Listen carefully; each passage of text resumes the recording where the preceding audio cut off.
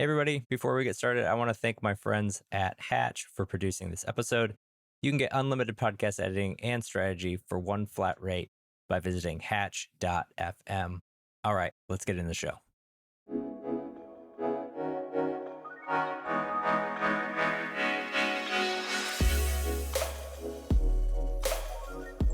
Welcome to Distribution First, the show where we flip content marketing on its head and focus on what happens after you hit publish. Each week, I share playbooks, motivations, stories, and strategies to help you repurpose and distribute your content because you deserve to get the most out of everything you create.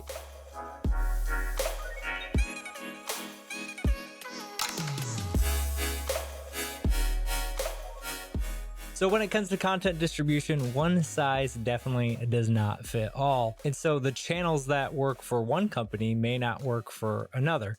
It's one of the reasons why I actually don't always like looking directly at what your competition is doing, because just because your competition is doing it doesn't mean it's the right thing to do. Rather than looking at your competition, we want to look at our audiences. And so today on Distribution First, I want to talk through some of the ways that I would choose the right distribution channels for a business. This is how I would end up choosing the distribution channels for my business. And it's not always cut and dry. There are a million options for you to choose when you're talking about where to distribute content and where you can share things with your audiences. And there aren't necessarily right or wrong reasons. There may be a bunch of right reasons that you don't have resources to go off and tackle. And therefore, that then makes it a wrong reason. But so often, I don't know if you guys feel this way, but so often I get overwhelmed with the amount of options there are. When you just think about all the places that we should quote unquote be active, and then you think about the amount of resources and budget that are at any given company to then distribute that content.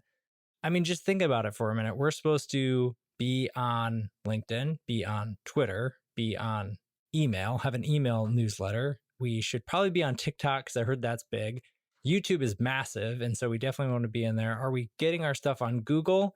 What about Instagram Reels? What about, and something new, a thing like Clubhouse, now that comes and goes, but let's add in Reddit, let's add in this, let's add in that. And there's so much analysis that it leads to paralysis, and you end up not wanting to do anything but hit publish and move on. And so for me, I think one of the main things to think about before you even start distributing content is understanding the difference between demand capture and demand creation. And this is not a new concept, but I think for distribution, it's important to sort of balance those things out because you can instantly slice your content right down the middle and start to organize it by those two categories. And so demand capture, this is you're selling shoes and someone is searching for best running shoes and you serve that up for Google. Whereas demand creation is more like 7 reasons barefoot running shoes are going to change the way you walk when you're an elderly person. It's not necessarily something you're thinking about. You're not thinking about how am I going to feel when I'm 80 walking around, but for a barefoot shoe company, they may want you to think about that in order to buy their shoes. So you've got these two different spheres. You have stuff that people are already looking for, and then you have opinions and thoughts and leadership that you're trying to get out into the world. And typically companies will have both types of these contents, and you should have really 2 separate distribution strategies for those things. And so I think that what you have to do is actually split those 2 things out. You need to be able to have a strategy for both types of content and a distribution strategy for both types of content. So for your typical, maybe traditional SEO content, you might have that on one side of the chart here, if we're talking figuratively. You might have all your SEO content on one side. And that is stuff that if it's written content, you're trying to get served up in Google. And if it's video content, those are things that you might be trying to get up served on YouTube. Things that people are actively searching for. But that's not necessarily the stuff you want to put out onto other social platforms. So what is a CRM is not a very interesting piece of content to put out into the world. What are barefoot running shoes is not a very interesting topic to talk about in a Twitter thread or to put out on LinkedIn or to show off on TikTok or something. But the hidden effects your shoes are having on you could be a very interesting topic to create thought leadership around or create your opinion in the marketplace around. So that's the type of content that you want to be creating and thinking and separating out your two threads. Whereas demand capture, the channels there are very limited in terms of capturing existing demand. Where are people able to search things? And then outside of that, what are the topics that nobody will ever search, but we want to get out in the world? And what happens is oftentimes companies will blend those things. So they'll have an article that's more fit around demand creation, where they're trying to get an original thought, an idea, change a perspective, something like that. And they'll publish that and then say, okay, well, like, how many keywords can this rank for? How many searches a month are we going to get for this? And if the answer is like 10 or 0, then they don't even make any content around that topic, when all they should have done is just reallocated the resources to be able to get that information out on distribution channels where you can capture the attention. So hopefully that makes sense. Hopefully the demand capture and creation in terms of distribution makes sense. But I think in terms of deciding which channels are right for you, the first step by and large is figuring out where your audience is at and where your audience hangs out. And it's so easy to get shiny object syndrome and to want to jump to a new platform and assume your audience is going to be there. And maybe they are there, and maybe you should do your due diligence to do that, but that doesn't guarantee that they're going to be there. Because with distribution, the whole goal is to get content in front of your audience. And so having a core understanding of where your audience is, how they consume content, what do they like, what do they not like? Do they like entertainment? Do they like education? Do they want information?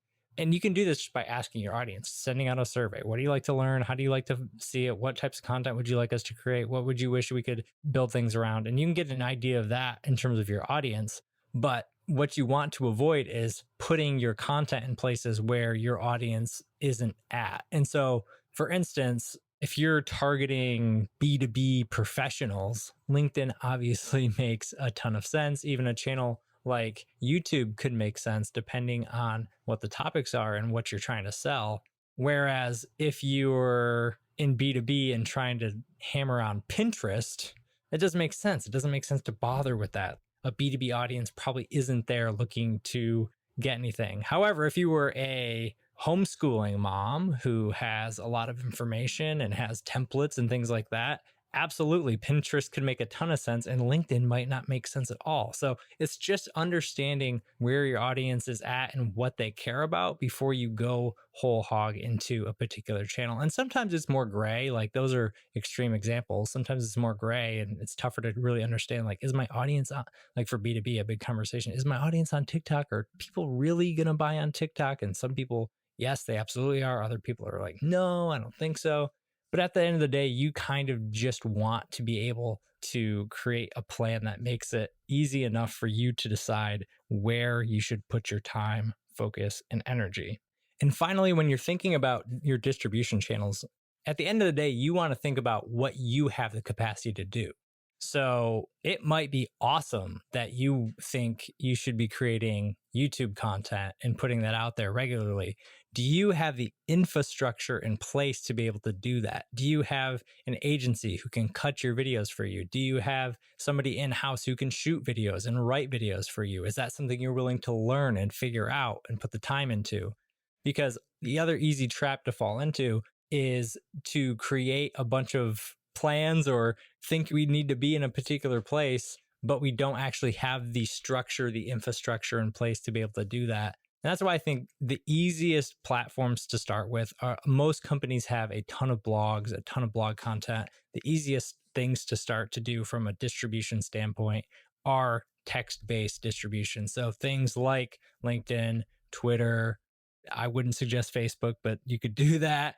Reddit, like these different email, like creating an email thread as part of distribution, an email newsletter as part of distribution.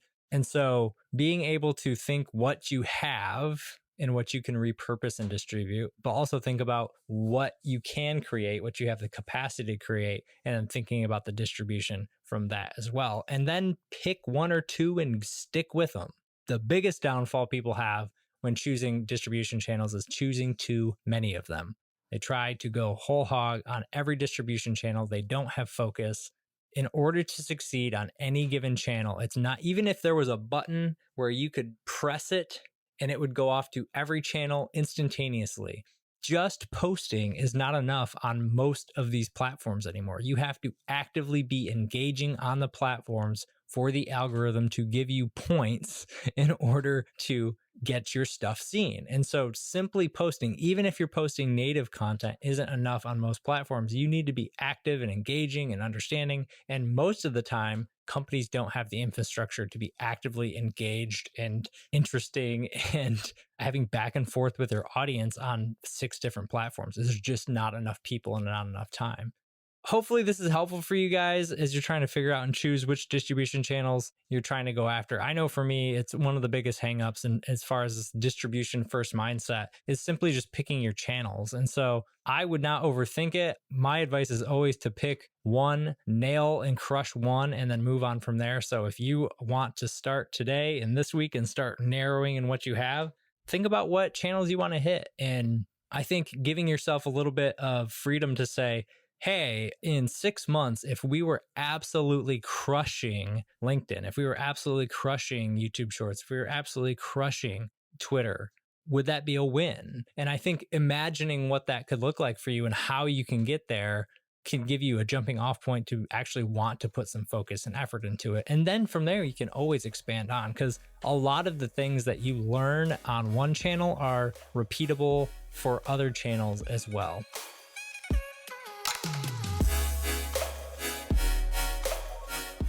All right, I hope you enjoyed this episode of Distribution First, and thank you for listening all the way through. I appreciate you so much. And I hope you're able to apply what you learned in this episode one way or another into your content strategy as well. Speaking of strategy, we have a lot of things going on this year that are going to help you build your brand, 10x your content, and transform the way you do content marketing. Make sure to subscribe to the show and sign up for my newsletter at justinsimon.co so you don't miss a thing. I look forward to serving you in the next episode as well. And until then, take care, and I'll see you next time.